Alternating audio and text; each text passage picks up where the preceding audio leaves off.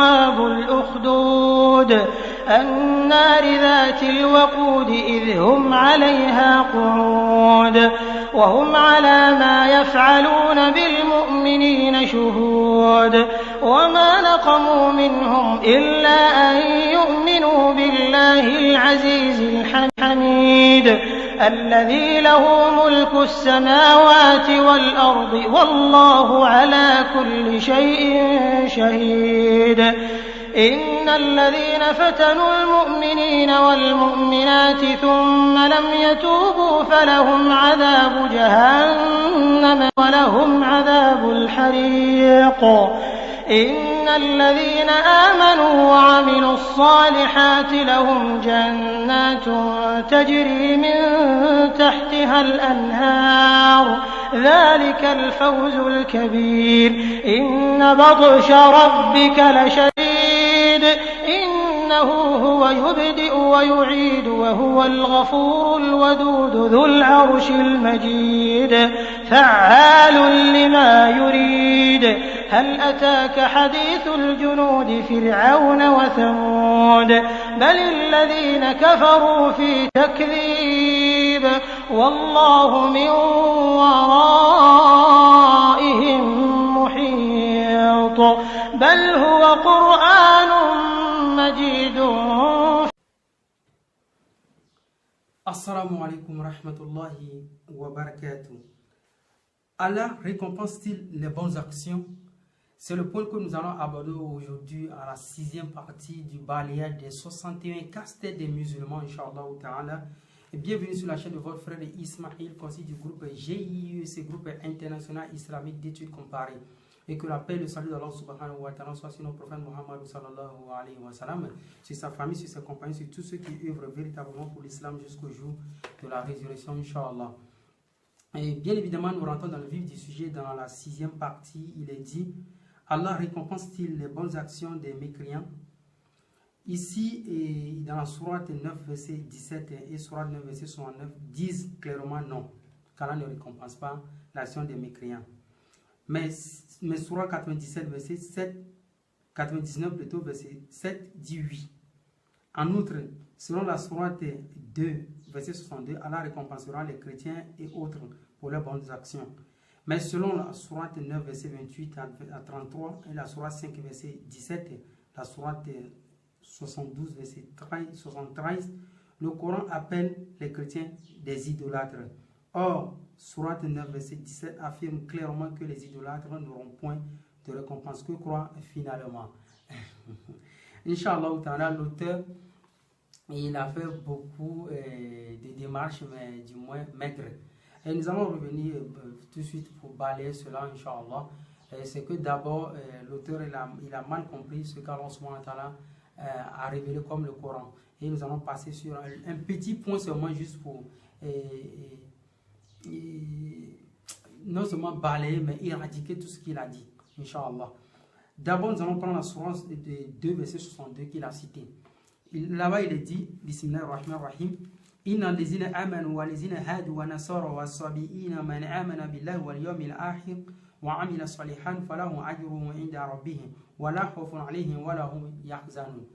Ici, Allah subhanahu wa ta'ala dit, certes, ceux qui ont cru, ceux qui se sont judaïsés, les Nazaréens et les Sabéens, quiconque d'entre eux a cru en Allah au jour dernier et accompli de bonnes œuvres, sera accompagné par son Seigneur, sera récompensé par son Seigneur. Il n'éprouvera aucune crainte et il ne sera pas affligé. Ici, Allah subhanahu wa ta'ala parle de ceux qui se sont judaïsés. Qui se sont judaïsés? Là, je vais vous expliquer la partie. D'abord, dans le temps de Moussa alayhi salam, le judaïsme, la religion plutôt était nette. Bon, quand Moussa alayhi salam, Moïse n'est plus là maintenant, il y a eu quoi? Il y a eu la religion du judaïsme que les juifs eux-mêmes ils ont créé avec beaucoup de préceptes que Jésus-Christ viendra après les stigmatiser ce comportement des préceptes humains dans Matthieu 15 verset 7 jusqu'en bas. Les juifs ont introduit beaucoup d'enseignements dans les enseignements de Moïse, ce qui d'ailleurs n'a pas été l'enseignement que Dieu avait révélé à Moïse. Donc du coup, les Israélites qui étaient à l'époque, qui suivaient, ces Juifs qui suivaient le judaïsme comme prétendant que ce soit la religion d'Allah subhanahu wa ta'ala, ces derniers n'auront qu'une crainte. Parce que quoi? Ils ont suivi une religion qui a été forgée. Donc eux, ils suivaient la religion parce qu'ils croyaient en Allah. Ils suivaient les enseignements des Juifs parce qu'ils croyaient en Allah. Et ils faisaient de bonnes actions.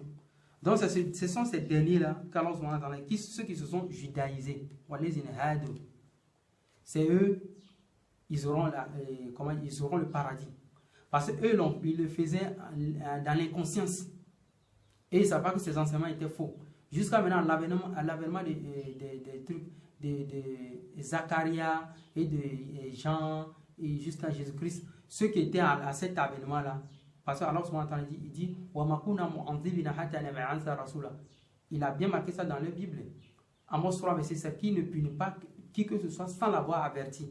Donc ceux qui furent présents à l'époque des prophètes, qui les avertissaient que tel enseignement est faux, qui ne le suivaient pas comme aujourd'hui le font les chrétiens.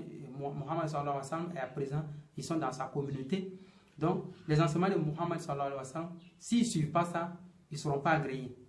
Bon, ceux qui ont été désorientés, jusqu'au temps de Jésus-Christ jusqu'à l'avènement du prophète Mohammed sallallahu alayhi wa sallam, ne sont pas tenus compte du péché. Raison pour laquelle il dit même dans le Coran, quand il interdit une viande ou en quelque sorte, il dit quiconque en mange sous contrainte n'est pas tenu de péché. Bon, alors souvent on va plus les Nazaréens, ici c'est Adu wa Nasara, c'est Nasara ici, il s'agit des chrétiens. وَصَابِئِنْ مَنْ آمَنَ بِاللَّهِ وَالْيَوْمِ الْآخِرِ فَلَهُمْ أَجْرُهُمْ عِنْدَ رَبِّهِمْ وَلَا خَوْفٌ عَلَيْهِمْ وَلَا هُمْ يَحْزَنُونَ. Donc, en gros, ce que nous voulons vous expliquer, c'est que quoi? Ceux qui ont fait cette époque, qui ont suivi ces faux docteurs, ces faux enseignements, ces faux enseignants plutôt, qui se sont calqués sur ces enseignements, mais ils avaient plutôt la foi en Allah subhanahu wa ta'ala, ils faisaient des bonnes œuvres, ils seront rétribués en bonnes œuvres. Mais par contre, ceux qui ont vécu le temps de Jésus-Christ, qui ont écouté maintenant Jésus-Christ venu maintenant restaurer le message de Moïse, de Moussa à Moïse, restaurer le message vis-à-vis des Juifs qui fuient d'ailleurs des disputes à chaque fois, qui ont refusé de suivre Jésus-Christ, eux seront punis. Mais ceux qui ont accepté la position de Jésus-Christ à cette époque, eux, ils seront des heureux gagnants. Ce ne sont pas des chrétiens. Vous comprenez maintenant? Les chrétiens, c'est ceux qui ont créé une religion, qui ont créé de fausses doctrines après le départ de Isa, qui maintenant, ils sont maintenant avec nous du temps du prophète Mohammed, mais qui ne reconnaissent pas la vérité que proclame Allah à travers le prophète Mohammed maintenant. Eux ne seront pas agréés. Il faut bien comprendre la suite. Et la façon dont les choses sont succinctes, il faut bien comprendre. Donc ne soyez pas heureux les chrétiens. Si vous ne suivez pas le prophète Mohammed, vous ne pouvez pas hériter le paradis, Inch'Allah. Bon, et pour repartir sur cela, nous allons vous donner un verset coranique et vous expliquer ce quoi le Coran. Dans la sourate 16, verset 97, qu'est-ce que Allah subhanahu wa ta'ala nous dit? Bismillahirrahmanirrahim. Man amila salihan min zakari aw untha wa huwa mu'min. Quiconque, mâle ou femelle, fait une bonne œuvre tout en étant croyant. Quiconque, mâle ou femelle, fait une bonne œuvre tout en étant croyant, nous lui ferons vivre une bonne vie. Nous les récompenserons certes en fonction des meilleurs de leurs actions. Ici, wa huwa mu'min. Man amila salihan min zakari aw untha wa huwa mu'min. Dans tout le Coran, quand Allah parle de ceux qui vont récompenser, qui est croyant, mais va le récompenser, ceux qui font des bonnes œuvres et puis va le récompenser, obligatoirement, il faut qu'ils soient un croyant.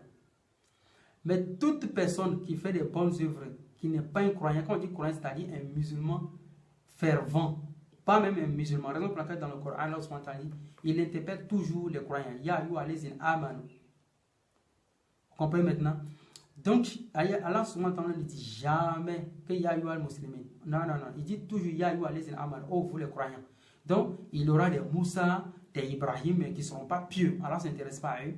Allah interpelle plutôt Ya ayyuha allazina amanu kutiba alaykum siyama. Nous allons rentrer dans le mois de Ramadan. Allah subhanahu wa ta'ala dit, ô vous les croyants, je vous ai prescrit le jeûne. Allah n'a pas dit, il y a d'autres versets, Allah subhanahu wa ta'ala dit, ya ayyuha nas, ô vous les hommes. Donc, Inch'Allah ta'ala, maintenant je reviens encore sur le deuxième point. Dans tout le Coran, Allah subhanahu wa ta'ala dit, l'œuvre de ceux qui ont mécru, c'est comme du cendre violemment frappé, versé en l'air. Ils ne vont rien profiter. L'œuvre de tous ceux qui ont mécru, c'est comme du cendre que le vent a éparpillé. Ils ne vont rien profiter. Pourquoi vont-ils profiter de quelque chose? Inch'Allah ta'ala, je vais vous expliquer. Par exemple, vous vivez dans une entreprise où vous vous conformez aux ordres donnés par vos coéquipiers. Mais l'ordre donné par le DG, le propriétaire de l'entreprise, vous ne vous y conformez pas. Qui va vous récompenser? Est-ce que vous comprenez un peu? Qui va vous récompenser? Vous pouvez comment dirais-je, accomplir tout ce que vous demandez vos coéquipiers. Mais si le propriétaire de l'entreprise vous demande quelque chose que vous n'accomplissez pas, lui peut vous renvoyer. Mais vos coéquipiers, ce n'est pas eux qui vont vous payer. Donc, Allah subhanahu wa ta'ala, l'œuvre que nous devons faire sur cette terre, c'est quoi? C'est de l'adorer. Toujours dans le Coran, Allah subhanahu wa ta'ala demande l'adoration à lui avant l'aumône. Le frère, je ne sais pas si c'est un chrétien, le frère chrétien qui ne comprenne pas, dans Luc 18, le jeune pour avoir la vie éternelle, quand il est venu chez Jésus-Christ, il a dit quoi? Que puis-je faire pour avoir la vie éternelle? Jésus-Christ lui a dit quoi? Suis les commandements de Dieu. Le commandement de Dieu, c'est quoi? Le premier commandement, c'est quoi? C'est d'adorer son Créateur. Dans Deutéronome 6, 4, Luc 12, verset 29. C'est d'abord adorer son Créateur.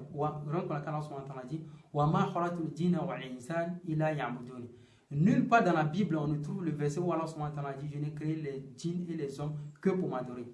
Jamais. Raison pour laquelle les chrétiens prennent beaucoup de paresse à adorer Allah. Ils pensent qu'il faut danser dans les églises, il faut chanter. Non, quand tu danses, tu chantes, ça c'est une réjouissance personnelle, c'est individuel. Mais plutôt l'adoration qui consiste à se prosterner devant son Créateur, à s'humilier, toutefois étalant son visage, la beauté. Parce que tout, comme l'a dit mon maître Abouzoumani, d'ailleurs, que je fais, Assalamu alaikum wa rahmatullahi wa barakatuh, il a dit que toute la beauté de l'homme, la dignité de l'homme repose sur son visage. La honte, c'est où? C'est toujours le visage. La honte n'est pas au niveau du bras, non. La honte, c'est toujours au niveau du visage. Vous avez, vous n'avez pas un bras, vous n'avez pas honte du bras, mais vous avez la honte qui est toujours sur votre visage. Vous voyez maintenant, donc, et dans tout le Coran, Allah dit que l'œuvre de ceux qui ont mécru, c'est comme du sang. Mais par contre, ceux qui vont récompenser, man amila salihan min zakari a unta, l'homme ou femme. Ici, Allah a encore dit homme ou femme. Ou d'autres pensent aujourd'hui que la femme doit être inférieure à l'homme par rapport à l'adoration. Non, la femme est l'homme, comme Allah l'a dit dans l'autre sourate, que nous les humains, on a été créés du mâle et puis femelle. Le mâle d'entre nous, c'est le plus pieux. Donc, parlant de l'adoration, la femme et l'homme sont à l'égal. Vous comprenez maintenant? Ils sont à l'égal. Mais les tâches sont différentes. Donc, dans tout le Coran, vous comprenez cela en définitive, que dans tout le Coran, Allah subhanahu wa ta'ala, il dit que l'œuvre de tous ceux qui ont mécru sera éparpillée. Mais ceux que leurs œuvres seront agréées, c'est ceux les croyants. Wahuwa mu'min. Tout le Coran, wahuwa mu'min. Wahuwa mu'min. Donc, ne pensez pas pouvoir ne pas être musulman et puis accomplir des bons œuvres. L'œuvre la plus parfaite et la première, la plus valeureuse, c'est d'abord adorer Allah subhanahu wa ta'ala, c'est-à-dire le but de la création de l'être humain. Barakallahu fikum. Assalamu alaikum wa rahmatullahi wa barakatuh.